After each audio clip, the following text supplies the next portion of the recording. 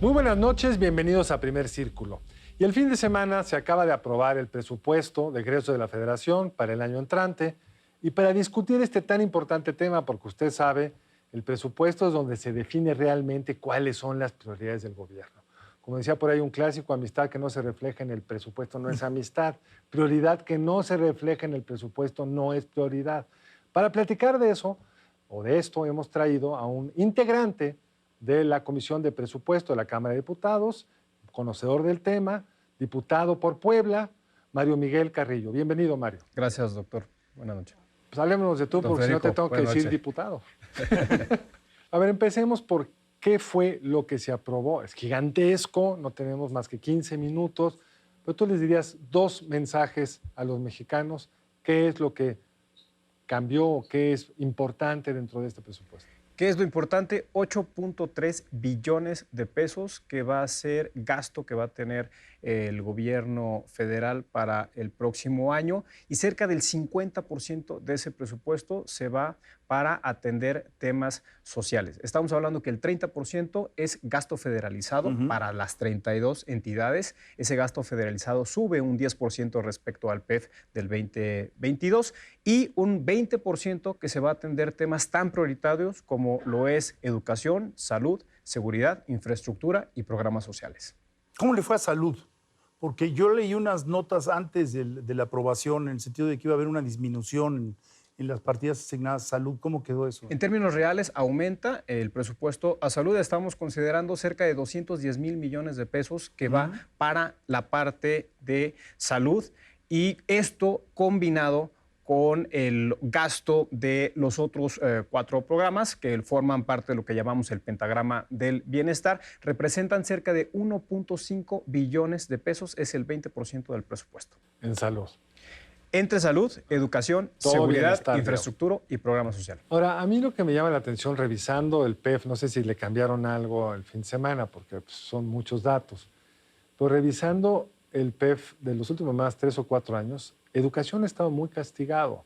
Prácticamente no ha tenido aumentos, y si los tuvo en este año son marginales, y no veo programas de rescate, dado el enorme hoyo y daño que representó la pandemia en todo el mundo, ¿eh? No es un problema mexicano, obviamente, pero cuando ves en otros países, hay programas dedicados a eso, y yo no los encuentro acá, Mario Miguel. Aumenta el presupuesto en materia Pero marginal, educativa, ¿no? y sobre todo se va para pago de salarios para los maestros, el aumento que va a tener. Estamos considerando cerca de 8% de aumento para que no pegue tanto con estos términos que estamos viviendo de presiones de la inflación a nivel mundial que tenemos por el tema de la pandemia, de la guerra entre Rusia y Ucrania, pero también hay inversión a infraestructura educativa. A través de los comités de padres de familia también hay un aumento en el porcentaje, y ya, digamos, el monto global son cerca de 408,000 millones de pesos, lo que se está destinando en este PEF 2023 para el tema Pero no hay educativo. programa prioritario para el post-COVID en materia educativa. El de la escuela de tiempo completo, ese es un punto que de hecho lo modificamos a través de un transitorio, lo presentó la diputada Sonia Rincón Chanona, incluso fue aprobado por la mayoría del Pleno, y ahí hay un aumento para la escuela de tiempo completo de hasta un 21% del presupuesto en apoyo de los comités de padres de familia de cada una de las escuelas. Pero la escuela de tiempo completo se volvió otra cosa, realmente. Se volvió un programa para financiar infraestructura y otras necesidades de la escuela, pero no es como antes un programa para todas las escuelas que tuvieran un horario más grande. Sí hay opción para poder ampliar el horario, están considerados los salarios de esta ampliación, y se hizo pensando sobre todo en las madres de familia, en los padres de familia que trabajan y que necesitan que sus hijos reciban un poco más de atención. Por eso se hizo así, por eso se aprobó en estos términos, y lo que buscamos nosotros al final es el bienestar de las y de los padres de familia. Ahora, les está tocando vivir un momento global muy complicado. Me refiero a las tasas de interés. Pues las agencias lo que dicen es que nos vamos a aventar todo el 23 pues, con un promedio de tasa de referencia de alrededor del 10%. Entonces, eso presiona mucho a las finanzas públicas, porque sube el pago de la deuda. ¿Cómo vieron este escenario? Pues lo que nosotros estamos calculando es, vamos muy a la par, eso sí, en términos de estas presiones macroeconómicas globales, la Secretaría de Hacienda está reaccionando conforme a los términos que el Banco Central de Estados Unidos también está reaccionando. Perfecto. Entonces, estamos creciendo o estamos incrementando más o menos el mismo nivel. Nosotros consideramos dentro de este paquete económico, donde ya tenemos ley de ingresos y ahora acabamos de aprobar el presupuesto de egresos de la Federación, que en términos, digamos, nominales, tenemos contenida el crecimiento de la inflación. Los datos arrojan 8.5%. Si los comparamos con el promedio de los países de la OCDE, que es de 10.3%, podemos decir que es un buen manejo y una buena contención de la inflación. Acaban de salir datos muy interesantes sobre crecimiento económico. 4.3% es lo que estamos creciendo en términos reales respecto al mismo periodo de noviembre del 2022 a noviembre del 2023. Bueno, ese dato, todos sabemos, es un datito ahí que saltó por razones estadísticas. El dato relevante, creo yo, es que apenas estaríamos recuperando el nivel del PIB que tenía el país previo a la pandemia. Correcto. Y si pasa lo que los pronósticos del PEF indican, no apenas estaremos llegando al nivel de PIB que había cuando entró este gobierno y estaríamos muy por debajo del PIB per cápita. Celebrar eso está bien, qué bueno, pero como decían en mi pueblo, una golondrina no hace verano. No hace verano. Pero quiere decir que se están tomando en materia económica, se están tomando las decisiones adecuadas, las indicadas, y creo que vamos por una buena ruta y un buen camino. Vamos, creo que lo más importante, yo sí estoy de acuerdo con ustedes, que la política presupuestal ha sido prudente y yo sí creo que para lo que vimos en otros países, donde le metieron 10 puntos del PIB en el 20 y que ahora están enfrentando problemas, México afortunadamente no está en eso. Pero sí me preocupan dos cosas y me gustaría ver cómo lo ves, Mario Miguel. Lo primero, pues el paquete de pensiones crece y crece y no vemos, es decir, crecen porque por razones demográficas estamos creciendo y crece porque las pensiones no contributivas pues van a ir aumentando en los siguientes 2 años y una vez que otorgas estos derechos, son derechos y yo no veo cómo se puede fondear eso para el siguiente gobierno. Digamos. Me gustaría entender cuál es la dinámica de ingresos detrás de esas pensiones. ¿Hay una reforma fiscal pensada o cómo? Porque si no, no dan los números. Mira, qué bueno que tocas el tema porque incluso ya lo habíamos discutido hace un par de semanas con el Fondo de Estabilización de Ingresos Presupuestarios, donde este fondo de pensiones lo estaban considerando como un activo financiero, cosa que es totalmente falsa.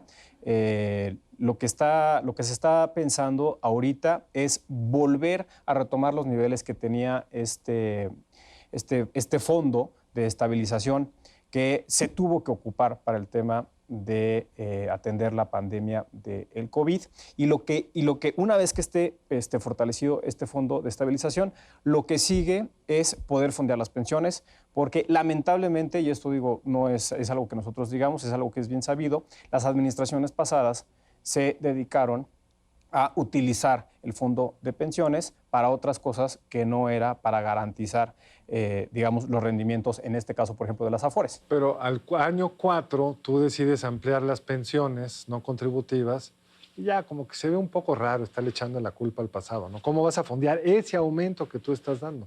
Estamos considerando que pueda ser a través de este fondo de estabilización de los ingresos presupuestarios. Ahora, qué bueno que tocas lo del FEIP, lo del Fondo de Estabilización, porque los días recientes se generó muchísimo ruido con la idea de que podías tocar a través de una redacción bastante laxa, podías tocar otros fondos, incluso se empezó a especular que se iban a ir sobre los fondos de pensiones del privados, etcétera. Sería muy útil que nos explicaras cómo quedó. Lo que se modificó fueron las reglas de operación y lo que ahora puede ser la Secretaría de Hacienda y Crédito Público es que pueda utilizar todo lo que sea considerado activo financiero. ¿Y a qué me refiero con activo financiero? Los recursos excedentes del petróleo, los recursos excedentes de renegociaciones de deuda, o en este caso los recursos excedentes que tengan los estados y los municipios en presupuesto o en el ejercicio del presupuesto de la Federación. Entonces, antes de que caigan en subejercicios, la Federación o la Secretaría de Hacienda puede tomarlos y mandarlos a este fondo de estabilización.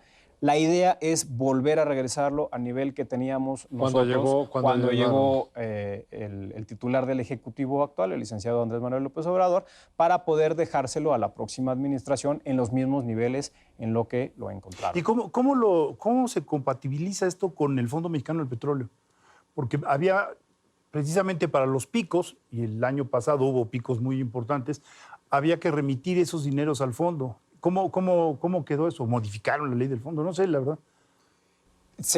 Viene parte de las reformas que hicimos de este FAPE, y lo interesante es, por ejemplo, acabamos de tener la comparecencia del ingeniero Octavio Romero, director de Pemex, hace un par de semanas, y él lo que nos estaba diciendo es más o menos cuál es el nivel de inversión que está teniendo actualmente en Pemex. Muchos de estos excedentes de los recursos petroleros se fueron para dos cosas: inversión en Pemex y sobre todo el pago de la deuda, que está en niveles muy altos, y lo que es tanto la deuda como el costo financiero de la deuda era algo que le preocupaba a esta administración, y hoy les puedo informar, conforme a los números que nos ofreció el director Romero, que esta deuda de Pemex ya ha bajado un 5% de cómo se la entregó la administración de Enrique Peña Nieto. Ahora, con precios del petróleo 3 veces más altos, pues lo menos que se podía esperar. Sí. El problema, yo creo, es que no cumplieron con sus promesas de producción, porque el director fue a decirles las nuevas promesas, pero las de arranque de esta administración es estar produciendo este año 2.5 millones de barriles. Bueno, el tema de la inversión en Dos Bocas, como cualquier tipo de proyecto de infraestructura, pues se ha ido alargando un poquito. Ya está inaugurada la primera etapa. También ha subido el precio, pero digo, se está alargando, por eso no estamos procesando, refinando el crudo como lo tenemos pensado. Está la adquisición de la refinería de Deer Park, que ya le estaba aportando los barriles de petróleo que más o menos se está estimando. Cuando entró, y eso también lo anunció el director Romero, cuando entró la administración se estaban produciendo menos de 400,000 barriles de petróleo. Hoy ya en día, con la estabilización de Deer Park y lo que se ha rescatado de las otras 6 refinerías, estamos ya hablando de niveles de 800,000 barriles de petróleo diarios. Procesamiento de crudo. Procesamiento de crudo. Entonces, ese es un aliciente que nos puede llevar a que, terminando esta administración del 2024, podríamos estar llegando a estos niveles de 1.2 millones de barriles diarios, que es con lo que nosotros estaremos pensando que ya no se estarían importando tantas gasolinas, y por lo tanto generas la soberanía energética que tanto buscamos. Ahora, fiscalmente es una duda, nos queda muy poco tiempo. Yo nada más quería terminar. Si tienen algún colchón para las obras del presidente que están costando mucho más de lo programado originalmente. Vienen incluidas en el paquete de egresos de la Federación 2023. El monto que está dentro de todos los proyectos de infraestructura son 670,000 millones de pesos que están considerados para todos los proyectos de infraestructura, incluidos el Tren Maya, incluidos Dos Bocas y incluido también el tren intrasísmico. Tenemos que despedir el programa. Mil gracias, Manuel Miguel. No, al contrario, muchísimas gracias por la invitación. Ojalá y pudieras venir aquí a mediados de año a ver cómo va la situación y volvernos a explicar. Muy buenas noches, nos vemos la próxima aquí en Primer Círculo. Diputado, muchas gracias por venir. Muchísimas gracias. Y a ustedes por acompañarnos. Nos vemos el lunes entrante aquí en Primer Círculo. Buenas noches.